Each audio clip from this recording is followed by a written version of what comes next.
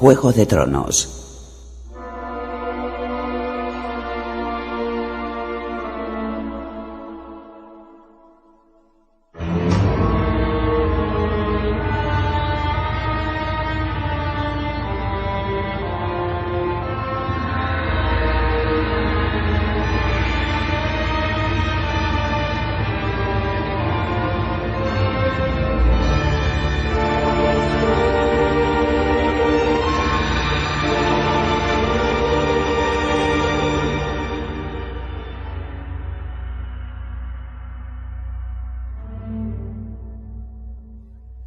La partida de caza se puso en marcha al amanecer. El rey quería que hubiera jabalí en el banquete de la noche. El príncipe Joffrey cabalgaba con su padre, así que Robb había recibido permiso para ir también con los cazadores. Junto con ellos iban su tío Benjen, Jory, Theon Greyjoy, Ser Roderick e incluso el extraño hermano pequeño de la reina. Al fin y al cabo era la última cacería. Al día siguiente por la mañana emprenderían el viaje hacia el sur.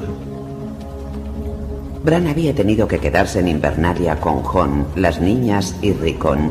Pero Rickon no era más que un bebé, las niñas no eran más que niñas, y Jon y su lobo parecían haberse esfumado. Bran tampoco los buscó con demasiado interés. Tenía la sensación de que Jon estaba enfadado con él. Últimamente, Jon parecía enfadado con todo el mundo. El niño no entendía por qué. Sabía que su medio hermano iba a marcharse con el tío Ben al muro para unirse a la Guardia de la Noche. Aquello era casi tan emocionante como ir al sur con el rey. El que se tenía que quedar en Invernalia era Robb, no Jon. Llevaba días muriéndose de impaciencia. No veía la hora de iniciar el viaje. Iba a recorrer el camino real a caballo, no a lomos de un pony, sino de un caballo de verdad. Su padre sería la mano del rey. Vivirían en el Castillo Rojo de Desembarco del Rey, el castillo que habían construido los señores dragón. La vieja tata decía que allí había fantasmas y mazmorras donde habían pasado cosas horribles y que los muros estaban adornados con cabezas de dragón. Solo con imaginarlo a Bran le daban escalofríos, pero no tenía miedo. ¿Por qué iba a tenerlo? Su padre estaría con él, y el rey, y todos los caballeros del rey y sus espadas leales. Algún día el mismo Bran sería caballero y pertenecería a la Guardia Real. La vieja tata decía que los guardias eran las mejores espadas del reino. Solo eran 7, vestían armadura blanca y no tenían esposa ni hijos, vivían solo para servir al rey. Bran se sabía de memoria todas las leyendas. Sus nombres le sonaban a música celestial. Serwyn del Escudo Espejo, Ser Rayam Redwine, el príncipe Aemon, el caballero dragón, los gemelos Ser Erric y Ser Arric, que se habían matado mutuamente en una lucha a espada hacía cientos de años, cuando el hermano luchó contra la hermana en la guerra que los trovadores llamaron la Danza de los Dragones. El Toro Blanco, Gerald Hightower, Ser Arthur Dayne, la Espada del Amanecer, Barristan el Bravo. El rey Robert había llegado al norte acompañado por 2 de sus guardias reales. Bran los había observado con fascinación, sin atreverse a dirigirles la palabra. Ser Boros era un hombretón calvo y con papada, y Ser Meryn tenía bolsas bajo los ojos y barba color óxido. Ser Jaime Lannister se parecía más a los caballeros de las historias y también pertenecía a la Guardia Real, pero Robb dijo que había matado al viejo rey loco y que ya no contaba. El más grande de los caballeros vivos era Ser Barristan Selmy, Barristan el Bravo, Lord Comandante de la Guardia Real. Su padre le había prometido que cuando llegaran a Desembarco del Rey podría ver a Ser Barristan en persona, y desde entonces Bran marcaba en la pared los días que faltaban para la partida, ansioso por ver un mundo con el que solo había soñado, de empezar una vida que apenas podía imaginar. Pero ahora que había llegado el último día, Bran se sintió perdido de repente. No conocía más hogar que Invernalia. Su padre le había dicho que aquel día debía despedirse de todo el mundo, y él lo había intentado. Cuando los cazadores se marcharon, vagó por el castillo con su lobo para ver a todos los que iban a quedar atrás. La vieja Tata y Gates, el cocinero, Miken en la herrería, Odor, el mozo de cuadra que siempre sonreía y cuidaba de su pony, y solo sabía decir Odor, el hombre de los invernaderos que le daba moras cuando lo visitaba. Pero no fue posible. Había ido al establo en primer lugar, y allí estaba su pony, pero ya no era su pony. Le iban a dar un caballo de verdad, y el pony se quedaría en Invernalia. Y de pronto, Bran tuvo ganas de sentarse en el suelo y llorar. Se dio media vuelta y salió corriendo antes de que Odor y los otros mozos de cuadra le vieran las lágrimas en los ojos. Así terminaron las despedidas. En lugar de visitar a nadie más, Bran se pasó la mañana a solas en el bosque de dioses, intentando enseñar a su lobo a traerle de vuelta el palo que le lanzaba sin conseguirlo. El cachorro era más listo que cualquiera de los perros de su padre, y Bran habría jurado que entendía todo lo que le decía, pero por lo visto no le interesaba la caza de palos. Todavía no se había decidido por ningún nombre para el animal. Robb llamaba al suyo Viento Gris, porque corría muy deprisa. Sansa le había puesto Dama a la suya. Arya le había bautizado con el nombre de una reina bruja de las leyendas, y el del pequeño Rickon se llamaba Peludo, que en opinión de Bran era un nombre bien idiota para un wargo. El lobo de Jon, el blanco, se llamaba Fantasma. A Bran le hubiera gustado que ese nombre se le ocurriera a él, aunque su lobo no fuera blanco. Había probado cientos de nombres en las 2 últimas semanas y ninguno le acababa de gustar. Por fin se hartó del juego del palo y decidió ir a trepar. Con todo lo que había pasado últimamente, hacía semanas que no subía a la Torre Rota y quizá aquella fuera su última oportunidad. Cruzó el bosque de dioses por el camino más largo, dando un rodeo para evitar el estanque donde crecía el árbol corazón. El árbol corazón siempre le había dado miedo. En opinión de Bran, los árboles no deberían tener ojos, ni hojas que parecieran manos. Su lobo corría pisándole los talones. «Tú te quedas aquí», le dijo al pie del árbol centinela que se alzaba junto al muro de la armería. «Túmbate. Eso es, muy bien, quieto». El lobo hizo lo que le ordenaban.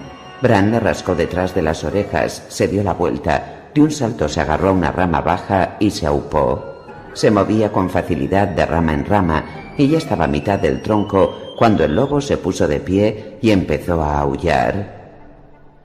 Bran miró abajo. El lobo se cayó y clavó en él sus ojos amarillos y rasgados. El niño sintió un extraño escalofrío. El lobo volvió a aullar. «¡Calla!», le chilló. «Siéntate, quieto, eres peor que mi madre». Los aullidos lo persiguieron mientras seguía trepando, hasta que por fin saltó al tejado de la armería y el lobo lo perdió de vista. Los tejados de Invernalia eran el segundo hogar de Bran. Su madre decía a menudo que Bran ya trepaba antes de empezar a andar. El niño no recordaba cuándo aprendió a andar, pero tampoco recordaba cuándo trepó por primera vez, así que suponía que era cierto.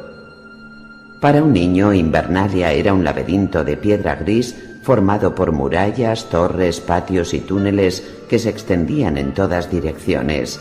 En las zonas más antiguas del castillo, las salas estaban inclinadas y a diferentes niveles, así que uno nunca sabía ciencia cierta en qué piso estaba. El maestre Luwin le había contado hacía tiempo que la edificación había ido creciendo a lo largo de los siglos como un monstruoso árbol de piedra, con ramas gruesas, nudosas y retorcidas, y raíces profundamente hundidas en la tierra. Cuando salía a los tejados, cerca del cielo, Bran abarcaba toda Invernalia de un vistazo. Le gustaba cómo se veía desde allí, cómo se extendía a sus pies. Disfrutaba cuando sobre su cabeza solo se encontraban los pájaros y toda la vida del castillo se desarrollaba abajo. Podía pasarse horas enteras entre las gárgolas informes, desgastadas por la lluvia, que desde su lugar en el primer torreón lo vigilaban todo. A los hombres que trabajaban la madera y el acero en el patio, a los cocineros que se ocupaban de las verduras en el invernadero, a los perros inquietos que correteaban por las perreras, el silencio del bosque de dioses, a las jovencitas que chismorreaban junto al pozo donde lavaban los platos. Aquello lo hacía sentir como si fuera el señor del castillo, en un sentido que jamás compartiría el propio Rob. Así había aprendido también los secretos de Invernalia. Los constructores no se habían molestado en nivelar el terreno. Tras los muros había colinas y valles. Había también un puente cubierto que iba del cuarto piso del campanario al segundo de la torre, donde se criaban los cuervos. Bran lo sabía. También sabía que era posible penetrar en el muro interior por la puerta sur, subir 3 pisos y circundar toda Invernalia por un angosto túnel en la piedra, para después salir al nivel del suelo por la puerta norte, donde una pared de 100 metros se alzaba a la espalda. El chico estaba seguro de que ni siquiera el maestre Luwin sabía aquello. A su madre le aterraba pensar que algún día Bran se caería de un muro y se mataría. Él le decía que no, pero ella no le creía. Una vez consiguió que le prometiera que no volvería a trepar. El niño se las arregló para mantener su promesa durante 15 largos días. En todos se sintió profundamente desgraciado, hasta que una noche salió por la ventana de su dormitorio mientras sus hermanos estaban sumidos en un profundo sueño. Al día siguiente, atormentado por el remordimiento, confesó su crimen. Lord Eddard le ordenó que fuera al bosque de dioses para purificarse. Puso a varios hombres de guardia para asegurarse de que Bran pasaba la noche allí a solas, reflexionando sobre su desobediencia. Lo encontraron durmiendo a pierna suelta entre las ramas más elevadas del centinela más alto del bosquecillo. Su padre se enfadó, pero no pudo contener una carcajada. «No eres hijo mío», dijo a Bran cuando consiguieron bajarlo. «Eres una ardilla. Pues bien, así sea. Si quieres trepar, trepa, pero que no te vea tu madre». Bran lo intentó de todo corazón, aunque en el fondo sabía que no la engañaba. Y ella, ya que no conseguía que su padre se lo prohibiera, buscó la ayuda de otros. La vieja Tata contó a Bran la historia de un niño malo que trepó tan alto que lo alcanzó un rayo y los cuervos se acercaron a picotearle los ojos. Aquello no impresionó lo más mínimo al chico. En la cima de la torre rota, donde nadie aparte de él subía jamás, había nidos de cuervos. Muchas veces se llenaba los bolsillos de maíz antes de trepar y los pájaros lo comían de su mano. Ninguno había mostrado nunca el menor interés en sacarle los ojos a picotazos. Más adelante el maestre Luwin hizo un muñeco de arcilla, lo vistió con la ropa de Bran y lo lanzó desde la cima del muro al patio para demostrarle qué le sucedería si se caía. Aquello había sido más divertido, pero Bran se limitó a mirar al maestre. «Yo no soy de arcilla», le dijo. «Además, nunca me caigo». Después hubo una temporada en que los guardias lo perseguían cada vez que lo veían en los tejados e intentaban obligarlo a bajar. Eso fue lo mejor de todo. Era como jugar con sus hermanos, solo que Bran ganaba siempre. No había guardia capaz de trepar tan arriba como él, ni siquiera Jory. Además, casi siempre pasaba desapercibido. La gente nunca miraba hacia arriba. Esa era otra de las cosas que le gustaban de trepar. Se sentía casi invisible. También le gustaba la sensación de auparse por una pared, piedra tras piedra, buscando las grietas entre ellas con los dedos de las manos y los pies. Siempre se quitaba las botas e iba descalzo cuando trepaba. Se sentía como si tuviera 4 manos en vez de 2. Disfrutaba con aquel dolor profundo y dulce que le invadía después los músculos. Le gustaba el sabor que tenía el aire en la cima, dulce y fresco como un melocotón de invierno. Le gustaban también los pájaros, los cuervos de la torre rota, los diminutos gorriones que anidaban en las grietas entre las piedras, el viejo búho que dormitaba en el desván polvoriento sobre la armería. Bran los conocía a todos. Y más que nada en el mundo, le gustaba estar en lugares a los que nadie más podía ir y ver la mole gris y dispersa de Invernalia de una manera que ningún otro veía. Así, todo el castillo era el escondite secreto de Bran. Su territorio favorito era la Torre Rota. En el pasado había sido una torre de vigilancia, la más alta de Invernalia. Hacía mucho tiempo, 100 años antes de que naciera su padre, cayó un rayo que la incendió. El tercio superior de la estructura se había derrumbado y caído en el interior, y la torre jamás se había reconstruido. De cuando en cuando su padre enviaba ratoneros a la base de la torre para acabar con los nidos que siempre encontraban entre el laberinto de cascotes y vigas chamuscadas y podridas. Pero ya nadie subía a la cima desgarrada de la estructura, a excepción de Bran y los cuervos. Conocía 2 caminos para llegar allí. Se podía trepar por un lado de la propia torre, pero las piedras estaban sueltas y el mortero que las había mantenido unidas ya no era más que un recuerdo, así que a Bran no le gustaba descargar todo su peso sobre ellas. El mejor camino partía del bosque de dioses. Había que trepar a las ramas más altas del centinela y cruzar sobre la armería y la sala de la guardia, saltando de tejado en tejado, descalzo para que los guardias no oyeran las pisadas sobre ellos. Así se llegaba al lado menos visible del primer torreón, la zona más antigua del castillo, una fortaleza redonda y achatada que era más alta de lo que parecía a simple vista. Desde allí se podía ir directamente a donde las gárgolas se asomaban para mirar, ciegas al espacio vacío, y saltar de una a otra hasta rodear todo el lado norte. Y entonces, si uno se estiraba mucho, se podía upar hasta el punto más cercano de la Torre Rota. Lo último era trepar por las piedras ennegrecidas hasta los nidos, poco más de 3 metros, y allí los cuervos se acercaban a ti por si les habías llevado maíz. Bran iba pasando de gárgola en gárgola con la facilidad que da la práctica, cuando oyó las voces. Se sobresaltó tanto que estuvo a punto de caerse.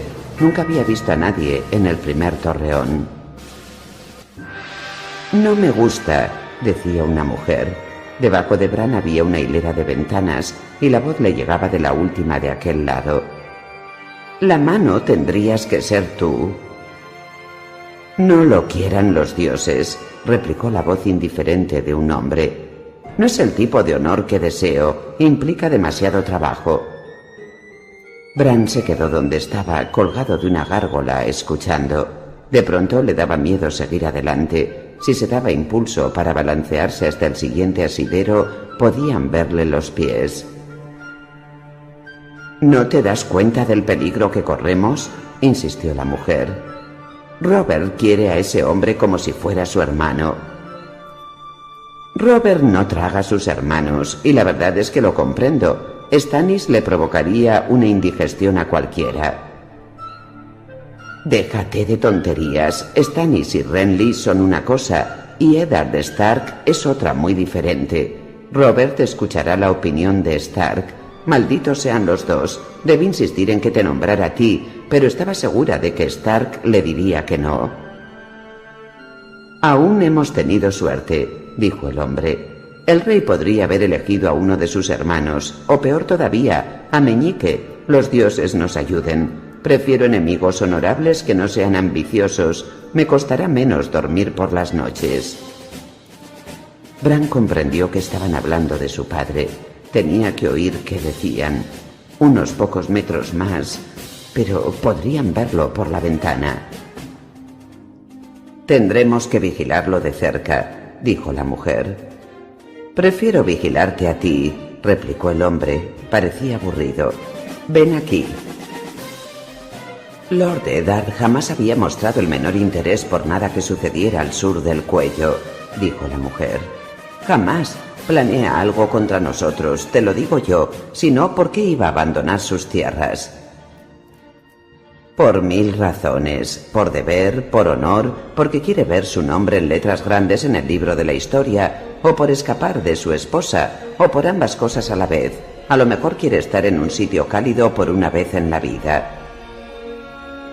«Su esposa es la hermana de Lady Arryn, y me extraña que Lysa no estuviera aquí para darnos la bienvenida con sus acusaciones». Bran miró abajo. Había una cornisa muy estrecha bajo la ventana, apenas tenía unos centímetros de anchura. Trató de descender hacia ella. Estaba muy lejos, no llegaría.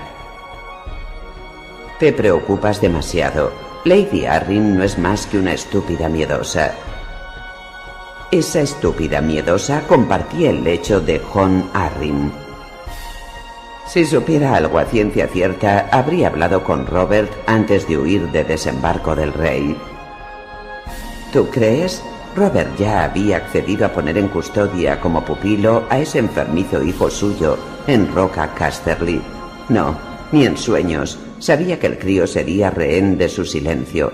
Ahora que está a salvo en su nido de águilas, puede que se sienta más valiente. Madres. La palabra en labios del hombre tenía el tono de una blasfemia. Eso de parir os afecta a la cabeza. Estáis todas locas. Soltó una carcajada. Fue un sonido amargo. Deja que Lady Arryn sea tan valiente como guste. Da igual que sepa o crea saber, no tiene ninguna prueba. Hizo una breve pausa. ¿Verdad? ¿Crees que el rey le exigirá pruebas? Replicó la mujer. Ya te lo he dicho, no me ama. ¿Y quién tiene la culpa de eso, querida hermana? Bran estudió la cornisa. Podía soltarse y dejarse caer. Era demasiado estrecha para aterrizar sobre ella, pero si lograba aferrarse mientras caía y darse un impulso hacia arriba... Pero claro, aquello quizá hiciera ruido y atrajera a las dos personas a la ventana. El chico no sabía bien qué estaba oyendo, pero estaba seguro de que a ellos no les gustaría que se enterase. «Estás tan ciego como Robert», decía en aquellos momentos la mujer. «Si quieres decir que los dos vemos lo mismo, es verdad», replicó él. «Yo veo a un hombre que preferiría la muerte antes que traicionar a su rey». «¿Ya traicionó a un rey? ¿Acaso lo has olvidado? No, no estoy negando que sea leal a Robert, eso es evidente. Pero, ¿qué pasará cuando Robert muera y Joff ocupe el trono? Y cuanto antes suceda eso, más a salvo estaremos nosotros. Mi esposo se impacienta día a día. Si Stark está a su lado, las cosas irán todavía peor. Sigue enamorado de la hermanita, esa insípida de 16 años que lleva tanto tiempo muerta. ¿Cuánto tiempo pasará antes de que decida cambiarme por una nueva Lyanna? De pronto Bran tenía mucho miedo. No había nada que deseara más que volver por donde había llegado e ir con sus hermanos. Pero, ¿qué les diría? Comprendió que tenía que acercarse más, tenía que ver a las personas que estaban hablando. «Deberías pensar menos en el futuro y más en los placeres inmediatos», dijo el hombre dejando escapar un suspiro. «Para ya». Bran oyó el repentino restallido de la carne contra la carne y luego la risa del hombre. El chico se dio impulso hacia arriba, trepó sobre la gárgola y reptó por el tejado. Aquel era el camino fácil. Avanzó por el tejado hasta la siguiente gárgola, que estaba justo sobre la habitación donde discutía la pareja. «Esta charla empieza a aburrirme, hermana», dijo él. «Ven aquí y cállate un rato». Bran se sentó a horcajadas sobre la gárgola, se aferró con fuerza con las piernas y se dejó caer cabeza abajo. Quedó colgado por las piernas y poco a poco estiró el cuello hacia la ventana. El mundo era muy extraño visto del revés. El patio parecía deslizarse suavemente bajo él, con las piedras húmedas de nieve fundida. Bran miró por la ventana. Dentro de la habitación había un hombre y una mujer que se peleaban. Ambos estaban desnudos. Bran no alcanzaba a divisar quiénes eran. El hombre le daba la espalda y su cuerpo ocultaba a la mujer a la que empujaba contra la pared. Se oían ruidos suaves, húmedos. Bran se dio cuenta de que se estaban besando. Los observó con los ojos abiertos de par en par, aterrado, sin atreverse siquiera a respirar. El hombre había puesto una mano entre los muslos de la mujer y le debía de estar haciendo daño, porque ella empezó a gemir. «Para», decía. «Basta, basta. Oh, por favor». Pero la voz era baja y débil y no lo empujaba para obligarlo a alejarse. En vez de eso metió las manos entre el pelo del hombre, aquel pelo rubio enmarañado, y le obligó a bajar el rostro hacia su pecho. Bran vio la cara de la mujer. Tenía los ojos cerrados y la boca abierta. Gemía. Se le mecía la cabellera dorada mientras movía la cabeza adelante y atrás, pero aún así reconoció a la reina. Debió de dejar escapar algún sonido.